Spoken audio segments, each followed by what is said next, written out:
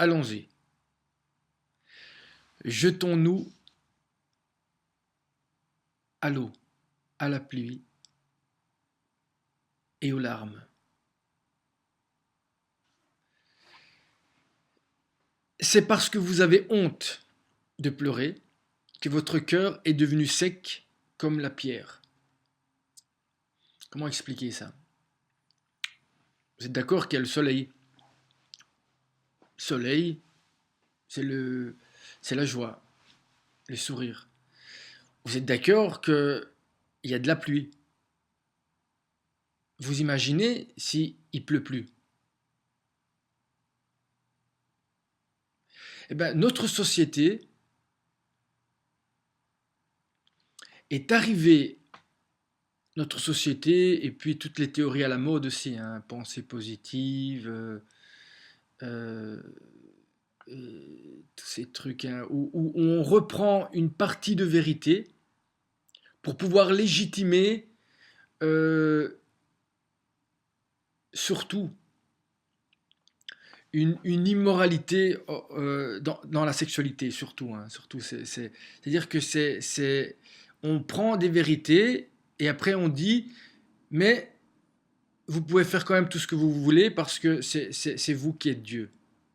Ah non. Vous êtes la lumière. Vous êtes une partie de la lumière, mais vous n'êtes pas la lumière.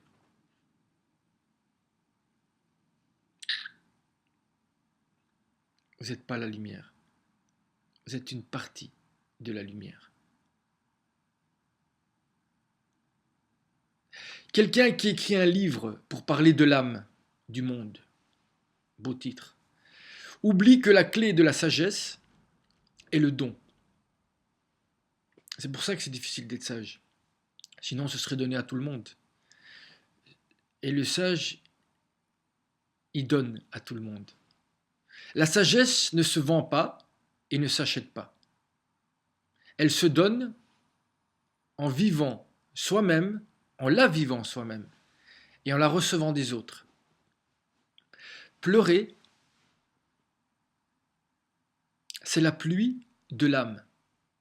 C'est vraiment, surtout dans le monde dans lequel on vit, avec les violences qui sont omniprésentes. Et en plus, si vous pleurez, c'est-à-dire que si vous réagissez normalement aux violences que vous vivez, on vous dit que vous êtes malade. Quand c'est le fait que vous pleurez pas qui va vous rendre malade, mais vraiment malade, ou vraiment sec, comme un cadavre.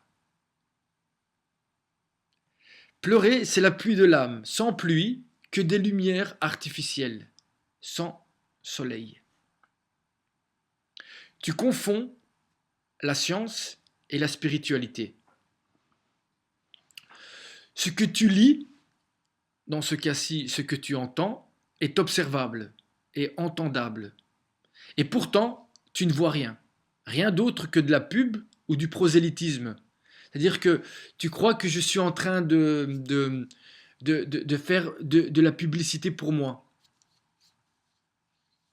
Comme si tout ce que je fais là, c'est pour me mettre moi en avant.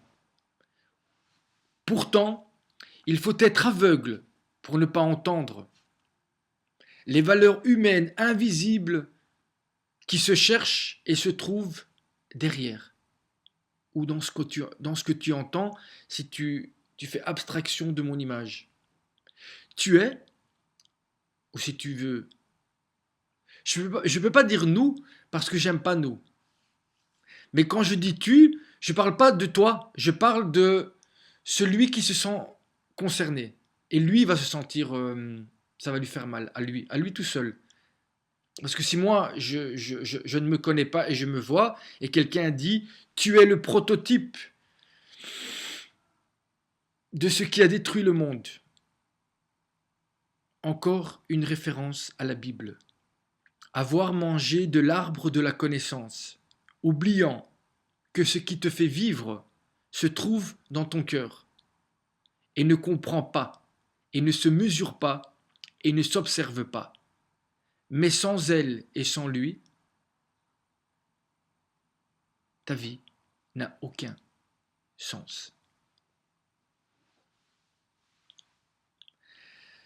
Si ce que je sers, ce que je te sers, si ce que je fais ne sert à rien, c'est parce que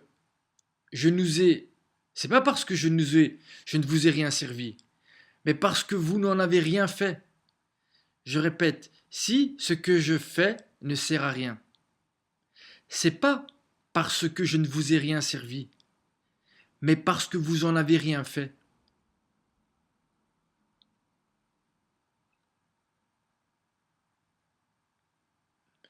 Comme disait Jésus, euh, si tu allumes une lumière, tu vas pas la mettre en dessous de la table ou derrière un meuble, tu vas la mettre en haut pour que tout le monde la voie et pour qu'elle puisse éclairer toute la pièce.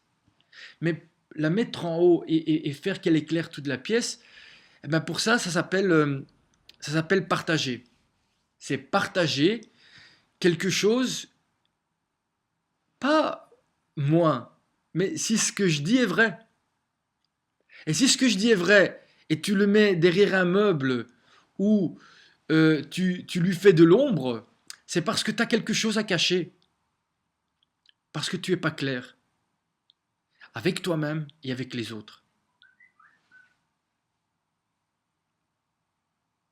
Facebook est la nouvelle télévision de demain. Et ceux qui commandent sont toujours les mêmes. Ceux dont vous voyez la publicité sur le côté. Tout ceci est possible car nous sommes incapables, j'ai dit nous, de partager autre chose que des obscénités, du divertissement ou des pseudo-informations révolutionnaires qui ne proposent aucune solution ou aucune action à long terme, mais juste une exposition des problèmes. On pointe du doigt, quoi. Soit on pointe du doigt, soit on pointe autre chose. Ou encore une croyance sans pratique dans la vie des autres. Oui, c'est une croyance sans pratique dans la vie des autres, c'est-à-dire en dehors de, de ce qu'on aime ou qu'on croit aimer. Leur force est votre indifférence à la vérité et à ceux qui la partagent. Ils ne sont pas aujourd'hui à votre image, car ils représentent les valeurs humaines, sans image, et non les valeurs commerciales. Je dois changer le monde, clique et partager. Le titre de la page est en soi une solution. Suffit de comprendre le sens de la phrase. Mais quand comprendre demande une remise en question, la plupart des gens font semblant de ne pas comprendre. Aimer sans partager fait partie du conditionnement. Si vous ne partagez pas une vérité que vous dites aimer, et elle reste derrière mon mur, au lieu de se trouver devant le vôtre, où on sera au moins trois, moi, vous et quelqu'un qui pourra aussi la lire, et donc pourra aussi la partager. En quelque sorte, si c'est une vérité, indépendamment de celui qui l'a dit, et vous ne la partagez pas parce que vous attendez que celui qui parle soit parfait, pourtant vous passez votre temps à partager des gens dont vous savez clairement qu'ils mentent, et là vous ne vous posez pas cette question-là, eh bien vous faites de l'ombre, vous prenez cette petite lumière et vous la cachez, pour vous cacher. Il fut un temps où nos publications arrivaient sur les murs d'accueil d'un gros pourcentage de nos contacts. Stratégie pour nous faire croire que nous pouvions être connectés les uns aux autres. Aujourd'hui, Facebook a changé de politique. Après avoir créé l'illusion du partage et donc la dépendance, il ne partage plus qu'à une toute petite portion de vos contacts, en sélectionnant, soit à travers le conditionnement de vos contacts, soit en le faisant directement eux-mêmes. Tout cela pour faire croire que celui qui résiste est seul, seul à souffrir, quand en réalité, il n'est que le signe avant-coureur de ce qui vit, de ce que vit la majorité, même celle qui semble indifférente. Le but est simple, isoler les éléments étrangers à la matrice et faire la promotion des éléments à l'image du système, qui est devenu le nouveau Dieu. En d'autres termes, créer des prisons pour les uns, des machines à conditionner pour les autres, mais surtout pour faire croire qu'il faut être à l'image du système pour réussir et être heureux. Oui, vous allez réussir, mais vous n'allez pas être heureux. Et ça, c'est aussi clair que le mal que vous faites à ceux qui sont justes. Parce que le mal que vous faites à ceux qui sont justes, il n'est que le signe que vous n'êtes pas bien. Que vous n'êtes pas bien avec tout ce que vous avez. Vous êtes esclave. Vous êtes des esclaves. Il n'y a rien de bon dans ta tête. Si ça part du cœur, si ça part pas du cœur, il n'y a rien de bon dans ta tête si ça part pas du cœur. Et de nos jours, tu dois le savoir, et je le sais aussi, 99% de ce qu'il y a, des choses qu'il y a dans ma tête, sont conditionnées pour cacher, on revient sur le mot cacher, ton cœur ou la lumière. Vous devez justifier votre inhumanité en mettant l'humain dans une situation invivable. Pour dire, mais regarde, il est juste, regarde comment il souffre, regarde comment il réussit pas. Mais c'est vous qui faites ça. C'est vous. C'est pour pouvoir être inhumain et immoral que vous faites ça. C'est à ça que vous utilisez votre pouvoir et à mettre en avant des gens qui sont pires que vous. Comme ça, vous ne devez pas vous remettre en question. Et alors, il y a des phrases du style la vie est déjà assez lourde, faisons déjà chacun ce qu'on veut. Mais c'est ça qui détruit le monde. On a des devoirs les uns envers les autres, surtout. Et dans ces cas-là, on ne fait pas ce qu'on veut. Et l'autre, c'est pas simplement ton fils.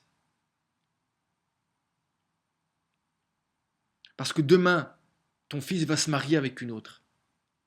Et il devra gérer ce que tu n'as pas géré. Là, maintenant.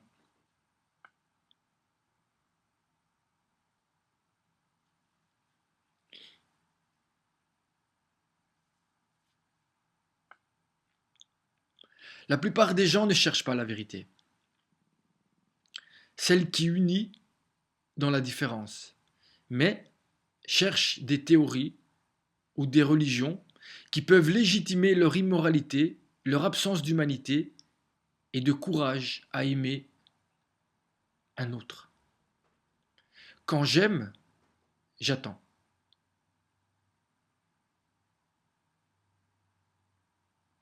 Car sans cet amour, je ne vis pas. Il n'y a pas d'amour sans présence. Ici, je parle d'un amour qui est empêché, pas un amour qui s'empêche tout seul pour ne pas vivre à deux. La pensée, les pensées que tu te fais des pensées des autres dans ta tête sont des prisons.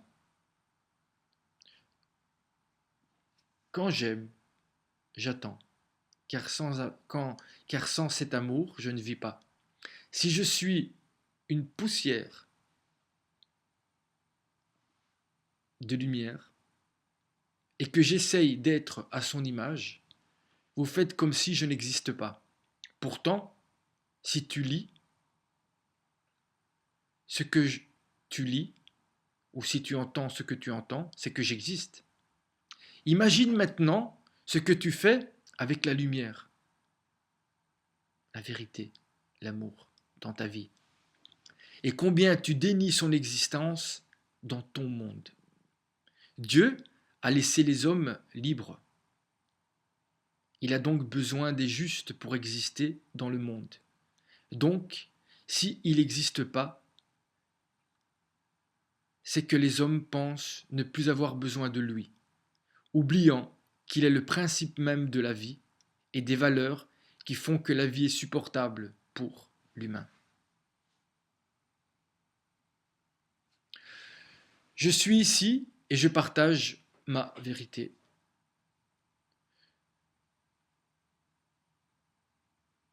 Ce jeu n'est rien d'autre que tous les jeux. Regardez ce que vous faites, non pas de moi, mais de la vérité. Vous me faites payer alors que je vous donne, et vous les payez alors qu'ils vous volent. Et tout cela, car je ne demande rien d'autre que de partager la vérité. Vous détruisez celui qui souffre pour vous, pour ne pas prendre conscience que vous lui faites porter votre souffrance pour pouvoir aimer et envier la place de ceux qui sont à l'origine de votre souffrance.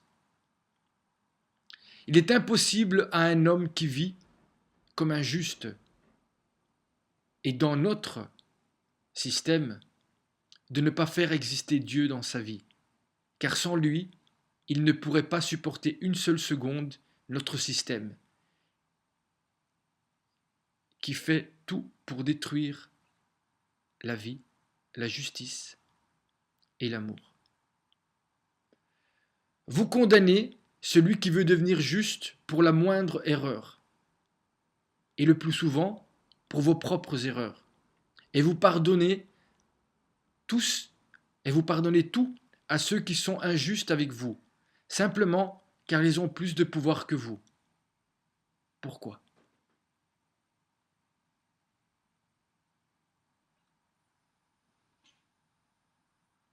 Dieu aime tout le monde. Il aime plus ceux qu'il n'aime pas, parce qu'il doit aller chercher plus bas, et il aime ceux qu'il aime.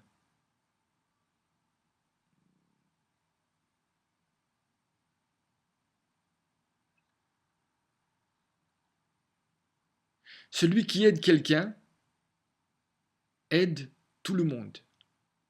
C'est souvent l'excuse de ne pas pouvoir aider tout le monde qui fait qu'on aide personne.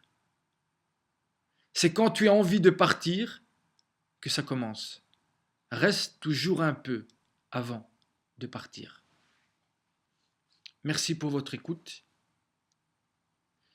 Et s'il y a un peu de lumière,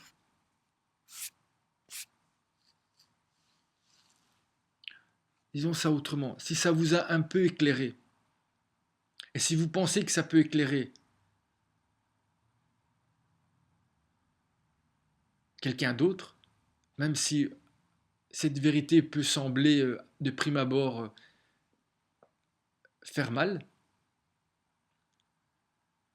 et si elle peut à long terme vous faire grandir, je vous invite